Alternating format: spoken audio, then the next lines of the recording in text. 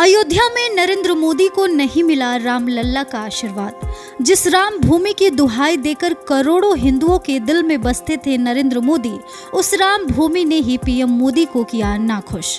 अयोध्या राम मंदिर का निर्माण कर पीएम मोदी बन गए थे देश के हीरो, फिर भी नहीं जीत पाए अयोध्या वासियों का दिल।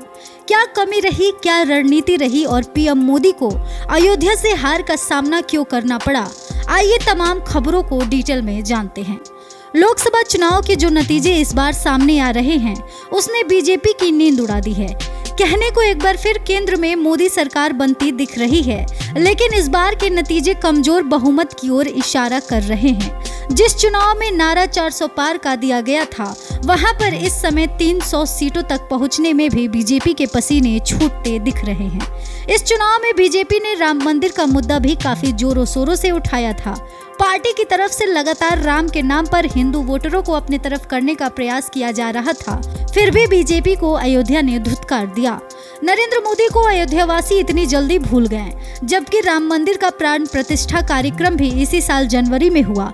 ऐसे में बीजेपी को पूरा विश्वास था कि उत्तर प्रदेश में तो आसानी से वो जीत जाएंगे, उन्हें वहां से जनता का पूरा आशीर्वाद मिलेगा। इसी वजह से 80 की 80 सीटें जीतने की दावा बीजेपी ने किया था।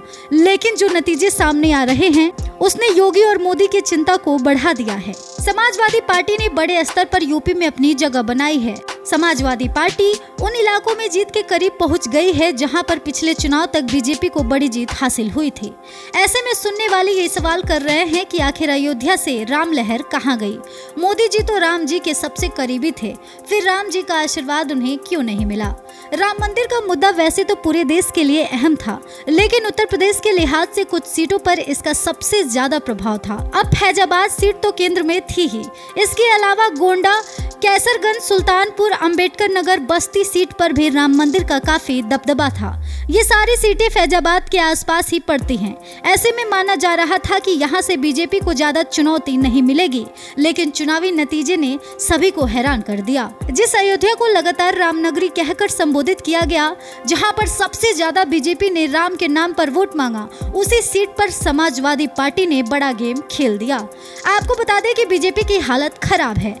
फैजाबाद सीट से समाजवादी पार्टी ने इस बार पिछड़ा कार्ड चलते हुए अवधेश प्रसाद को चुनावी मैदान में उतारा था। अब चुनावी नतीजे बता रहे हैं कि इस सीट पर अखिलेश की रणनीति रंग लाई है। पीएम मोदी 2 बार से लगातार जीत दर्ज कर रहे थे, लेकिन ताज्जुब की बात यह है कि इस बार जनता ने उनसे ज्यादा सपा प्रत्याशी पर भरोसा जताया है। ये भरोसा भी तब जताया गया जब राम लहर सबसे ज्यादा हावी रही। इसी तरह सुल्तानपुर सीट भी फैजाबाद से ज्यादा दूर नहीं पड़ती है, यहाँ पर भी राम मंदिर का मुद्दा हावी रहता है। इस सीट से बीजेपी ने मेनका गांधी को उतार रखा था, मानकर चला जा रहा था कि उनकी जीत हो जाएगी, लेकिन यहाँ भी समाजवादी पार्टी के राम भुवल निषाद ने मेनका गांधी को बड़ा झटका दिया। बीजेपी को ऐसी हार मिल रही है, आखिर क्यों? आइए जानते हैं बीजेपी की क्या रणनीति थी। अगर उत्तर प्रदेश की बस्ती सीट की बात करें तो यहाँ भी राम मंदिर का असर था। यहाँ की सियासत भी अयोध्या की राजनीति से काफी प्रभावित रहती है, लेकिन हैरानी की बात यह है कि यहाँ भी राम जी का आशीर्वाद बीजेपी को मिलता नहीं दिखा। इस सीट पर सपा के राम प्रसाद चौधरी ने भारी बढ़ोतरी बना रखी है और बीजेपी के हरीश चंद्र काफी पीछे छूट चुके हैं। अब यूपी में बीजेपी का चुनावी शोर काफी कुछ बता रहा है। जो बीजेपी चाहती थी कि इस बार का चुनाव राम के नाम पर लड़ा जाए, किसी तरह से विपक्ष को राम विरोधी दिखाया जाए, ऐसा होता दिखा नहीं है। विपक्षी नेताओं का राम मंदिर कार्यक्रम में न जाना एक बड़ा मुद्दा बना था। जानकार ये तक मान रहे थे कि राम की दूरी विपक्ष को वोटों से भी दूर कर देगी, लेकिन चुनावी नतीजे बता रहे हैं कि अयोध्या और आसपास की सीटों पर भी स्थानीय मुद्दे ज्यादा हावी रहे हैं। राम मंदिर बनने की खुशी है, लेकिन उसके नाम पर किसी को वोट दिया जाए, ऐसा होता नहीं दिखा। बीजेपी के राम मंदिर निर्माण जैसे बड़े कार्य के बावजूद भी अयोध्या से बीजेपी को हार मिली। खुद को राम भक्त कहने वाले मोदी जी को अयोध्या वासियों ने धूल चटा दिया। आखिर क्यों? कहीं ये सब ध्रुव राठी के वीडियो की वजह से तो नहीं हो रहा है? अब यहाँ पर 1 मिनट थोड़ा हम आपको कुछ और जानकारी देना चाहते हैं। दरअसल ध्रुव राठी, जिनके सोशल मीडिया पर 20 मिलियन से भी ज्यादा फॉलोअर्स हैं, वो अचानक से बीजेपी के खिलाफ बहुत सारे वीडियोस अपने चैनल पर डालने लगे थे, जिन वीडियोस पर 25 मिलियन से भी ज्यादा व्यूज भी आए थे। उन वीडियोस में ध्रुव राठी ने बीजेपी की पोल खोली है और लोगों को जागरूक करने का काम किया है और इस बार भक्ति के नाम पर बेवकूफ बनने से भी सावधान किया है।